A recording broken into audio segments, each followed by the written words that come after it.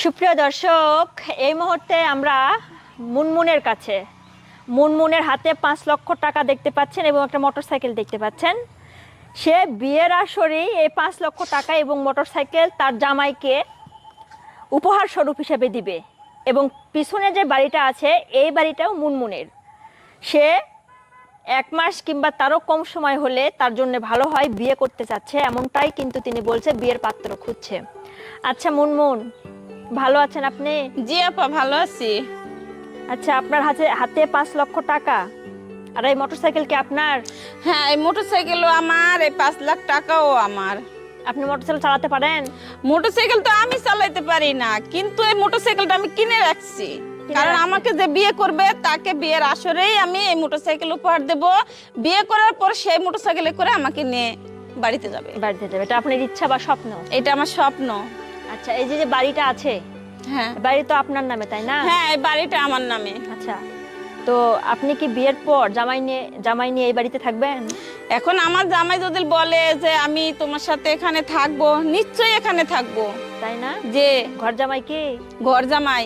আচ্ছা, তো দর্শক, তিনি একটা ঘর জামাই কিন্তু খুঁজছিলেন। এই বাড়িটা এই বিশাল একটা বাড়ি, যেহেতু তার নামে তিনি চাচ্ছিলেন এই বাড়িটাতে সে তার জামাই নিয়ে ঘর জামাই থাকবে এবং বিয়ের আসরেই এই মোটরসাইকেল এবং তার হাতে থাকা 5 লক্ষ টাকা জামাইকে তুলে দিবে।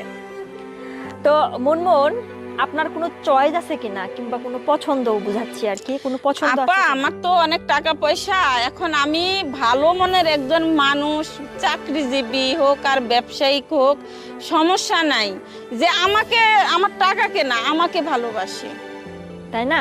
যে আচ্ছা, তো আপনার কি আগে বিয়ে হয়েছিল? না, আমার আগে বিয়ে হয়নি। আচ্ছা, আগে বিয়ে হয় নাই। এই যে এটা কি ভাড়া দিয়ে রেখেছেন এই বাড়িটা?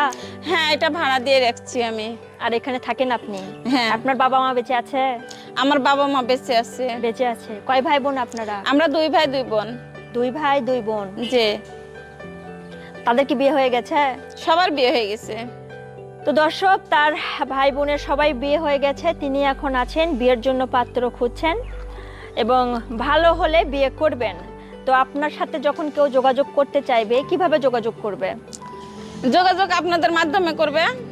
আমাদের মাধ্যমে? যে আচ্ছা, তো আপনি কি বিয়ের পাত্র আর কি পরিবার থেকে দেখেনি? আপনার পরিবার থেকে দেখলো কি, সবাই আমার টাকাকে ভালোবাসে, আমাকে না। এই জন্য আমার কাউকে পছন্দ হয় না।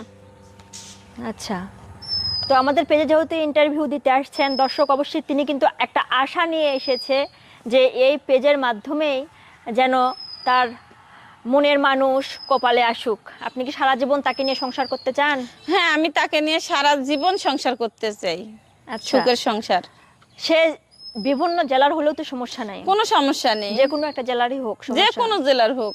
আচ্ছা, প্রবাসী বিদেশের বাইরে থাকে এরকম কোনো কিছু? সমস্যা নেই, সমস্যা নাই, তাই না? না? প্রবাসী হলে দেখা যাবে তো আপনাকে রেখে চলে যাবে স্বামীর, সে প্রবাস চলে যাবে, সেই ক্ষেত্রে আপনার কোনো সমস্যা হবে? না, কোনো সমস্যা নাই, না। আপনি একাই থাকবেন? একাই থাকবো। আচ্ছা, তো প্রবাসী বইয়েরা তো দেখা যায়, বেশিরভাগ, সবার কথা বলছি না, কিছু সংখ্যক প্রবাসী বইয়েরা মানে তারা তো দেখা যায় যে পরকীয়া করে ভাগা চলে যায়, সে প্রবাসীর কপালে খারাপ একটা দিন চলে আসে। তারপর আপু, আমি মানে যেটার জন্য আমি পরকীয়া করব সেটাই তো আমার হাতে, তাহলে আমি কেন পরকীয়া করতে যাব? টাকা পয়সা তো কোনো সমস্যা আমার নাই, কোনো জিনিসের অভাব নেই। আমার সবকিছু, শুধু এখন আমার অভাব একটা ভালো স্বামীর। ভালো স্বামী? হ্যাঁ। আচ্ছা, তো আপনার বাবা মা কি, আপনার এই যে আপনি যে একটা বিজ্ঞপ্তি দিচ্ছেন, আপনার বাবা মা কি এখানে মত আছে এই বিয়ের? হ্যাঁ, মত আছে। তো দর্শক, আপনারা মুনমুনের কথাগুলো শুনলেন। সে বিয়ের জন্য উপযুক্ত একটা পাত্র খুঁজছে এবং আপনারা ভিডিও ফুটেজটা শেয়ার করে দিবেন, সে যেন মনের মতোই একটা ভালো পাত্র পায়, তার মনের মতোই যেন পাত্র তার কপালে আসুক। আপনার কি পড়াশোনা কতদূর পর্যন্ত করা হয়েছে? 5 পর্যন্ত। 5 পর্যন্ত পড়াশোনা করেছেন? 5 পর্যন্ত পড়াশোনা করেছেন। তো আপনারা সবাই যারা যারা আর কি বিয়ে করতে চান মুনমুনকে, অবশ্যই যোগাযোগ করবেন আমাদের সাথে। ধন্যবাদ সবাইকে।